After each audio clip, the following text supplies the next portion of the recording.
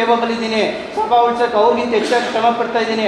ಒಂದು ದಾಖಲಾತಿ ಕೊಡೋಕೆ ಏನು ಇವ್ರಿಗೆ ಕೈಲಿ ಏನಾಗ ಗ್ರಾಮ ಇವ್ರ ಮನೆ ಅವ್ರ ಆಸ್ತಿ ಕಡೆ ಅವ್ರ ಅಪ್ಪನ ಮನೆ ಆಸ್ತಿ ಕಡೆ ಇದೆ ಬ್ರಾಹ್ಮಣ ಸಭಾ 10 ಮಾಡೋದು ಅವ್ರನ್ನ ಬಿಟ್ಬಿಡೋದು. ಅವ್ರು ಬೇಡಕ್ಕೆ ಬೇಡ ಸಭಾದೊಳಗೆ ಯಾಕೆ ಬರಬೇಕು ಅಂತ 10 ವರ್ಷ ನಾನು ದೂರ ಇಟ್ಕೊಂಡಿದ್ದು. ನಿಮ್ಮ ವಿಶ್ವಾಸ ಪ್ರೀತಿ ಇದೇ ಥರ ನನ್ನ ಮೇಲಿರಲಿ. ನಾವು ಕರಪ್ಷನ್ ಎಲ್ಲಿದೆಯೋ ಅಲ್ಲಿ ಹೋರಾಟ ಮಾತ್ರ ಮಾಡ್ತಾ ಇದ್ದೀವಿ. ಬ್ರಾಹ್ಮಣ ಪರವಾಗಿ ಮಾಡ್ತಿದ್ದೀವಿ, ಸಭಾ ಉಳಿಯೋಕೆ ಮಾಡ್ತಿದ್ದೀವಿ. ನೀ ಯಾಕೆ ಕಂದಾಯ ಕಟ್ಟಲಿಲ್ಲ ಏನು? ಆಮೇಲೆ ಇವೆಲ್ಲ ಆದಮೇಲೆ ಒಬ್ಬರ ಮೇಲೆ ಅಧಿಕಾರಿ ಮೇಲೆ ಕೆಲಸದವ್ರ ಮೇಲೆ ಏನಾರ ಬಂದರೆ 2 ವರ್ಷ ಕಂದಾಯ ದುಡ್ಡು ಕಟ್ಟಿದ್ದಾರೆ. ಯಾವ ದುಡ್ಡು? ನಮ್ಮ ಅವಧಿಲಿ ಉಳಿದ ದುಡ್ಡು, ಅವ್ರ ಅವಧಿಲಿ ಉಳಿದ ಇದ್ದಾರೆ. ಇಂಥವ್ರು ಗೊತ್ತಾಗಿದ್ದಾರೆ ರೈತರ ಕೊಡ್ಬೋದಾ ಅಂತ ಆಡಳಿತ ನಡೆಸ್ತಿದ್ದಾರೆ.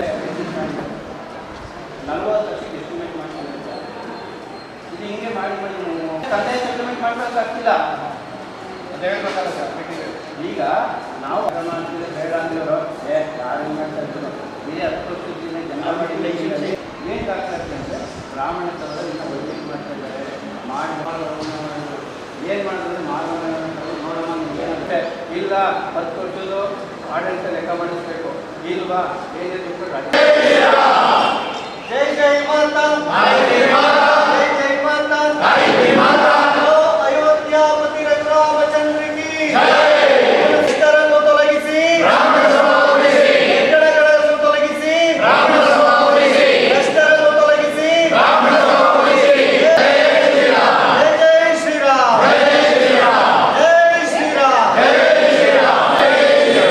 ಹೋಗೋಣ.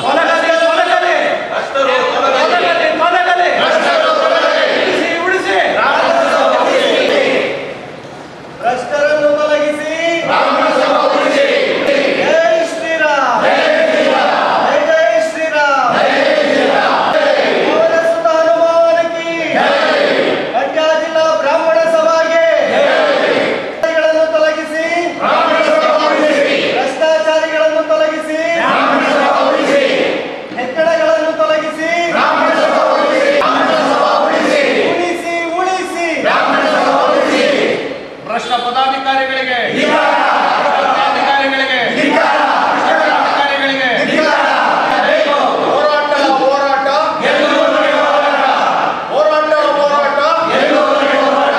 ಎಲ್ಲಿಯವರೆಗೆ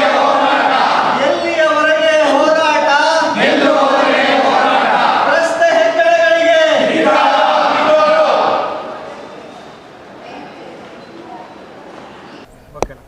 ಎಲ್ಲರಿಗೂ ನಮಸ್ಕಾರ. ನಾವು ಇವತ್ತು ಮಂಡ್ಯ ಜಿಲ್ಲಾ ಬ್ರಾಹ್ಮಣ ಸಭಾದ ಗಾಯತ್ರಿ ಸಮುದಾಯ ಭವನದ ಎದುರಿಗೆ ಪ್ರೊಟೆಸ್ಟ್ ಮಾಡ್ತಾಯಿದ್ದೀವಿ. ಯಾಕೆ ಅಂತಂದರೆ ಇಲ್ಲಿ ನಡೆದಿರುವಂಥ ಭ್ರಷ್ಟಾಚಾರದ ಬಗ್ಗೆ ಎಲ್ಲರಿಗೂ ನಮ್ಮ ಸದಸ್ಯರಿಗೆಲ್ಲರಿಗೂ ಗೊತ್ತಿರೋ ವಿಚಾರನೇ. ಆದರೆ ಭ್ರಷ್ಟಾಚಾರ ನಡೆದಿದೆಯಾ ಇಲ್ವಾ ಅಂತ ನಾವು ಜನರಲ್ ಬಾಡಿನಲ್ಲಿ ಕ್ವಶನ್ ಮಾಡಿದ್ವು. ಆಗ ಹಿರಿಯರು ಎಲ್ಲರೂ ಒಂದು ನಮಗೆ ಸಲಹೆ ಕೊಟ್ಟರು, ಒಂದು ಕಮಿಟಿ ಮಾಡಿ ಆ ಕಮಿಟಿ ಮುಖಾಂತರ ಏನು ನಡೆದಿದೆ ಭ್ರಷ್ಟಾಚಾರ ಅನ್ನೋದನ್ನು ನೋಡಿ ಆಮೇಲೆ ಅದಕ್ಕೇನು ಬೇಕೋ ಒಂದು ಪರಿಹಾರ ತಗೊಳ್ಳೋಣ ಅಂತ. ಅದರಂತೆ ಸಮಿತಿನೂ ಮಾಡಿದ್ವಿ. ಸಮಿತಿಯಲ್ಲಿ ಒಂದು ಎಲ್ಲರೂ ಬಂದು ಒಂದು ಲೆಕ್ಕ ಪರಿಶೋಧನೆ ನಡೆಸಿದ್ರು. ಲೆಕ್ಕ ಪರಿಶೋಧನಾ ಸಮಿತಿ ಅಂತ ಮಾಡಿ ಲೆಕ್ಕ ಪರಿಶೋಧನೆ ನಡೆಸಿದ್ರು. ಹಿರಿಯರು ಅದಕ್ಕೆ ಬಂದು ಅವ್ರದ್ದೇ ಆದಂಥ ಸಲಹೆಗಳು ಕೊಟ್ಟರು. ಮತ್ತು ಕೆಲವರು ಯಾರು ದುರುಪಯೋಗ ಆದಾಗ ಅಲ್ಲಿ ಅಧಿಕಾರದಲ್ಲಿದ್ದರು ಅವ್ರನ್ನೂ ಕೂಡ ಕರೆದು ಸಮಿತಿ ಮುಂದೆ ಮಾತನಾಡಿಸಲಾಯಿತು. ಅವರು ಯಾವುದೇ ರೀತಿಯಾದಂಥ ಕೋಆಪ್ರೇಟ್ ಕೊಡಲಿಲ್ಲ. ಆಗಿದೆ, ಇದಾಗಿದೆ. ಮತ್ತು ಸಭಾದಿಂದ ಹೇಳಿದ್ದು ನಮಗೆ ಬೇಕಾದಂಥ ಎಲ್ಲ ಲೆಕ್ಕ ಪರಿಶೋಧನೆಗೆ ಏನೇನು ಬೇಕೋ ಅದೆಂಥ ಡಾಕ್ಯುಮೆಂಟ್ಸ್ ಎಲ್ಲ ಕೊಡಬೇಕು ಅಂತ ಇತ್ತು. ಸರಿಯಾದಂಥ ಡಾಕ್ಯುಮೆಂಟ್ಸ್ ಯಾರು ಕೊಡಲಿಲ್ಲ. ಕೊಡದೇ ಇದ್ದಾಗ ನಾವು ಯಾರನ್ನು ಕೇಳಬೇಕು ಅಂತಂದರೆ ಸೆಕ್ರೆಟ್ರಿ ಕೇಳಿದ್ರೆ ಅಧ್ಯಕ್ಷರ ಮೇಲೆ ಹೇಳೋದು, ಅಧ್ಯಕ್ಷರು ಕೇಳಿದ್ರೆ ಅವ್ರ ಮೇಲೆ ಕೊಡೋದು, ಈಗ ಆಗ ಅನ್ನೋದು, ಅದು ರೆಸಲ್ಯೂಷನ್ ಪಾಸ್ ಆಗಿರೋ ಕಾಪಿ ಕೊಡಿ ಅಂದರೆ ಕೊಡದೇ ಇರೋದು ಎಲ್ಲ ಆಯಿತು. ಆಮೇಲೆ ಇನ್ನೂ ಮುಂದಕ್ಕೆ ಹೋದಾಗ ಕೆಲವು ಬಿಲ್ಗಳು ಅಂದರೆ ಅನಧಿಕೃತವಾಗಿ ಸೃಷ್ಟಿ ಮಾಡ್ಕೊಂಡಿರೋಂಥ ಬಿಲ್ಗಳು ಕೂಡ ಅಲ್ಲಿ ಗೊತ್ತಾಯಿತು. ಬಿಲ್ ಬುಕ್ಗಳು ಗೊತ್ತಾಯಿತು. ಬಿಲ್ ಬುಕ್ ಮೇಂಟೆನೆನ್ಸ್ ಸರಿ ಇರಲಿಲ್ಲ, ಸೀರಿಯಲ್ ಪ್ರಕಾರ ತೊಗೊಂಡ್ರಲ್ಲ. ಇದನ್ನೆಲ್ಲ ಕೇಳಿದಾಗ ಅವರು ಆಯಿತು, ಆಗಿದೆ, ಇದು ಇದೆ, ನೀವೇ ಕ್ರಿಯೇಟ್ ಮಾಡಿರ್ಬೋದು ಹಾಗೆ ಅಂತ ಸಮಿತಿಗೂ ಕೂಡ ಒಂದು ರೀತಿ ಕಳಂಕ ತರುವಂಥ ಮಾತುಗಳನ್ನಾಡಿದ್ರು. ಈಗೆಲ್ಲ ಆಯಿತು. 61 ಲಕ್ಷ 24-25ನೇ ಸಾಲಿನಲ್ಲಿ ಕಟ್ಟಬೇಕು ಅಂತ ತೀರ್ಮಾನ ಆಗಿದೆ. ಶಂಕರನಾರಾಯಣ ಶಾಸ್ತ್ರಿಗಳ ಅಧ್ಯಕ್ಷರಾಗಿದ್ದರು. ಮತ್ತು ಬೆಳ್ಳೂರು ಶಿವರಾಮ್ ಅವರು ಗೌರವಾಧ್ಯಕ್ಷರಾಗಿದ್ದರು. ಅವರು ಟೀಮೇ ಸುಮಾರು ಒಂದು 10 ವರ್ಷದಿಂದ ಗೆಲ್ತಾ ಬಂದಿದೆ. ಬೇರೆ ಯಾರಿಗೂ ಬಿಟ್ಕೊಡ್ತಿರ್ಲಿಲ್ಲ. ಅವಿರೋಧವಾಗಿ ಅವರವರೇ ಆಯ್ಕೆ ಮಾಡ್ಕೊಳ್ಳೋದು, ಅವರವರೇ ನಡೆಸ್ತಾ ಇದ್ದರು. ಯಾವಾಗಲೂ ಒಂದು ಸರಿ ಎಲೆಕ್ಷನ್ ಆದಾಗ ನಮ್ಗೆ ಇವೆಲ್ಲ ಗೊತ್ತಾದದ್ದು. ನಾವು ಬಂದು ಎಲ್ಲ ಪ್ರಶ್ನೆ ಮಾಡೋದಕ್ಕೆ ನಮ್ಮ ಮೇಲೂ ಇಲ್ಲದ ಸಲದ ಆರೋಪಗಳನ್ನು ಮಾಡಿದ್ರು. ಹಾಗಾಗಿ ಈಗ ಕಡೆದಾಗ ಕೇಳಿದ್ರೆ ಯಾವುದೇ ದುಡ್ಡು ಕಟ್ಟೋ ಹಂಗಿಲ್ಲ ಅನ್ನೋ ಪರಿಸ್ಥಿತಿ ಬಂದು ಕೂತಿದೆ. ಈಗ 25ನೇ ತಾರೀಕು ಜನರಲ್ ಬಾಡಿ ಇದೆ, ಇದೇ 25ನೇ ತಾರೀಕು ಶನಿವಾರ ಜನರಲ್ ಬಾಡಿ ಇದೆ. ಜನರಲ್ ಬಾಡಿಲಿ ಏನು ತೀರ್ಮಾನ ಆಗಬೇಕು?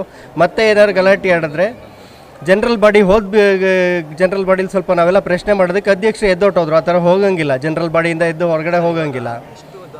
61 ಲಕ್ಷ 24-25ನೇ ಸಾಲಿನ ಒಂದು ವರ್ಷದಲ್ಲಿ 61 ಲಕ್ಷ, ಇನ್ನೂ ಜಾಸ್ತಿನೇ ಆಗುತ್ತೆ. ಕಡೆಗೆ ತೀರ್ಮಾನ ಮಾಡಿದ್ರೆ ಹಿರಿಯರಲ್ಲ ಇದಿಷ್ಟೇ ಇದು ಮಾಡಿ ಇಷ್ಟಕ್ಕೆ ನಿಲ್ಲಿಸಿ ಅಂತ ಹೇಳಿ ಇದು ಮಾಡಿದ್ರು ಇಷ್ಟು ಕಟ್ಕೊಡ್ತಾರೆ ಅಂತ.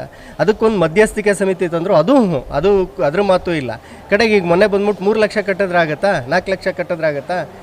ಅಧ್ಯಕ್ಷರು ಅಧ್ಯಕ್ಷ ಸ್ಥಾನಕ್ಕೆ ಗೌರವಯುತವಾಗಿ ಮಾತಾಡಬೇಕು. ಅಧ್ಯಕ್ಷರು ಬ್ರಾಹ್ಮಣ ಸಭಾವನ್ನು ಉಳಿಸೋ ರೀತಿ ಮಾತಾಡಬೇಕು, ಹಾಳು ಮಾಡೋ ರೀತಿ ಮಾತಾಡಬಾರ್ದು. ಅಧ್ಯಕ್ಷರು ನಾನು ಹೇಳ್ತಾ ಇದ್ದೀನಿ, ಈ ಸರಿ ಜನರಲ್ ಬಾಡಿಲಿ ಇದನ್ನು ತೀರ್ಮಾನ ಮಾಡಿ ಅವ್ರ ಕೈಲಿ ದುಡ್ಡು ಕಟ್ಟಿಸಿ ಅವರ ಸದಸ್ಯತ್ವಕ್ಕೂ ರಾಜೀನಾಮೆ ಕೊಟ್ಟು ಹೊರಗೆ ಕಳಿಸಿದ್ರೆ ನಿಮಗೆ ಗೌರವ ಉಳಿಯುತ್ತೆ ಅಧ್ಯಕ್ಷರೇ.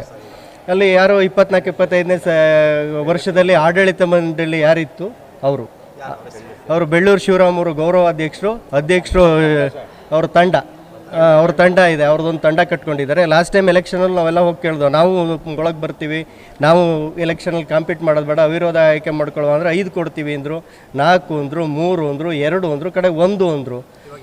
ಈಗ ನಮಗೆ ನ್ಯಾಯ ಬೇಕು. ಸಭಾದಿಂದ ಆಗಿರುವಂಥ ಈಗ 12 ವರ್ಷ ತೆಗೆದ್ರೆ ಎಷ್ಟಾಗುತ್ತೆ? ಕೆಲವರು ನಿಯತ್ತಾಗಿ ನಡೆದಿದ್ದಾರೆ, ಅಧ್ಯಕ್ಷರುಗಳಿದ್ದವರು ನಿಯತ್ತಾಗಿ ನಡ್ಕೊಂಡು ಸಭಾಗೆ ದುಡ್ಡು ಉಳಿಸಿದ್ದಾರೆ. ಈಗ ನಮ್ಮವ್ರು 3 ಜನ ಒಳಗಡೆ ಹೋದರು, ಹೊಳಲು ರಾಘವೇಂದ್ರ, ಜಿ ವಿ ನಾಗರಾಜು ಮತ್ತು ಮಮತಾ ರಮೇಶ್ ಅಂತೇಳಿ. ಒಂದು ವರ್ಷಕ್ಕೆ 35-40 ಲಕ್ಷ ಉಳಿಸಿದ್ದಾರೆ. ಇವರು ಈ ಇದು ಕಟ್ಟಿಲ್ಲ, ಏನೋ ಟ್ಯಾಕ್ಸ್ ಕಟ್ಟಿಲ್ಲ. 1,20,00,000 ಟ್ಯಾಕ್ಸ್ ಉಳಿದಿದೆ. ಏನು ಮಾಡಿದ್ರು ದುಡ್ಡೆಲ್ಲ?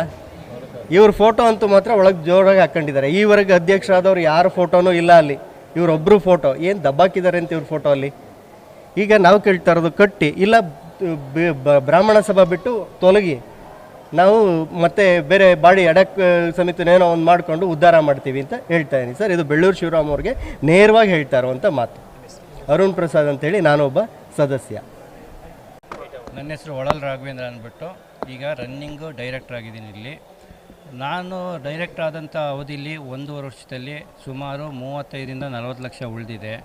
ಇಂದಿನ ಅಕೌಂಟ್ಸ್ ಬಂದಾಗ ಏನಾಯಿತು ಅಂದರೆ ನಮ್ಗೆ ಯಾವುದೇ ರೀತಿ ದುಡ್ಡು ಉಳಿದಿರಲಿಲ್ಲ. ನಾವು ಸೆಲೆಕ್ಷನಾಗಿ ಬಂದಾಗ ಒಳಗಡೆ ದುಡ್ಡಿರಲಿಲ್ಲ. ಆ ದುಡ್ಡನ್ನ ಕೇಳಿದಾಗ ಯಾವುದೇ ರೀತಿ ತನಿಖೆ ಮಾಡಿಸೋಕ್ಕೆ ಯಾರೂ ಒಪ್ಪಿರಲಿಲ್ಲ. ನಾವು ಜನರ ಬಾಡಿ ಮೀಟಿಂಗ್ ಮಾಡಿಸಿ ತನಿಖೆ ಮಾಡಿಸಿದ್ವಿ. ತನಿಖೆಯಲ್ಲಿ ಲೆಕ್ಕ ಪರಿಶೋಧನಾ ಸಮಿತಿಯವರು 7 ಜನ ನಮ್ಮ ಹಿರಿಯರು ಅಂದರೆ ತುಂಬ ಬುದ್ಧಿವಂತರನ್ನೇ ಸೆಲೆಕ್ಷನ್ ಮಾಡಿದರು ಜನರ ಬಾಡಿ. ಅವ್ರು ಲೆಕ್ಕ ಮಾಡಿದ್ದಾರೆ. ಆ ಲೆಕ್ಕದಲ್ಲಿ ಸುಮಾರು 61 ಲಕ್ಷ ಸೋರಿಕೆ ಮತ್ತು ದುರುಪಯೋಗ ಆಗಿದೆ ಅಂತ ವರದಿ ಕೊಟ್ಟಿದ್ದಾರೆ.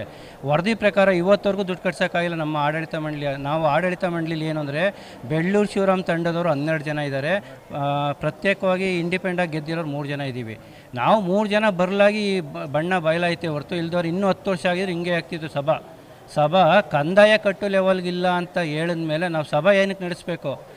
ಹಿರಿಯರೆಲ್ಲರೂ ಈ ತುದಿಯಿಂದ ಆ ತುದಿ ತನಕ ಜಾಗ ಮಾಡಿದ್ದಾರೆ ಬ್ರಾಹ್ಮಣ ಸಭಾ. ಹಿಂದೆ ತುಂಬ JK ನರಸಿಂಹಮೂರ್ತಿ ಇರ್ಬೋದು, ಡಾಕ್ಟರ್ ರಾಮರಾವ್ ಇರ್ಬೋದು, ಡಾಕ್ಟ್ರು ನಾರಾಯಣ ಸ್ವಾಮಿ ಅವರು ಇರ್ಬೋದು, ಆಯಿತಾ, ಇವರೆಲ್ಲ ತುಂಬ ಶ್ರಮ ಪಟ್ಟಿದ್ದಾರೆ ಈ ಸಭಾ ಕಟ್ಟೋಕ್ಕೆ.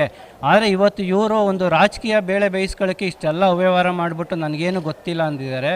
ಅದರಿಂದ ಈ ಕೂಡಲೇ ನಂದೇನು ಅಂದರೆ ರಾಜೀನಾಮೆ ಕೊಟ್ಟು ಹಣ ಕಟ್ಟಬೇಕು ಅಷ್ಟೇ. ದುರುಪಯೋಗ ಏನಾಗಿದೆ ಅದರ ಹಣ ಕಟ್ಟಕ್ಕೆ ನಮ್ಮ ಸದಸ್ಯರು ಎಲ್ಲರೂ ಒಮ್ಮತವಾಗಿ ಒಪ್ಕೊಂಡಿದ್ದಾರೆ. ಈ ದುಡ್ಡಿಲ್ದವರೆ ಮುಂದಿನ ದಿನಗಳಲ್ಲಿ ಕಾನೂನು ಕ್ರಮ ತಗೊಳ್ಳೋಕೆ ನಾವೆಲ್ಲ ಇದೇ ಥರ ಪ್ರತಿಭಟನೆ ಮಾಡ್ತೀವಿ. ಮುಂದೊಂದು ದಿನ ಕ್ರಮ ತಗೋತೀವಿ.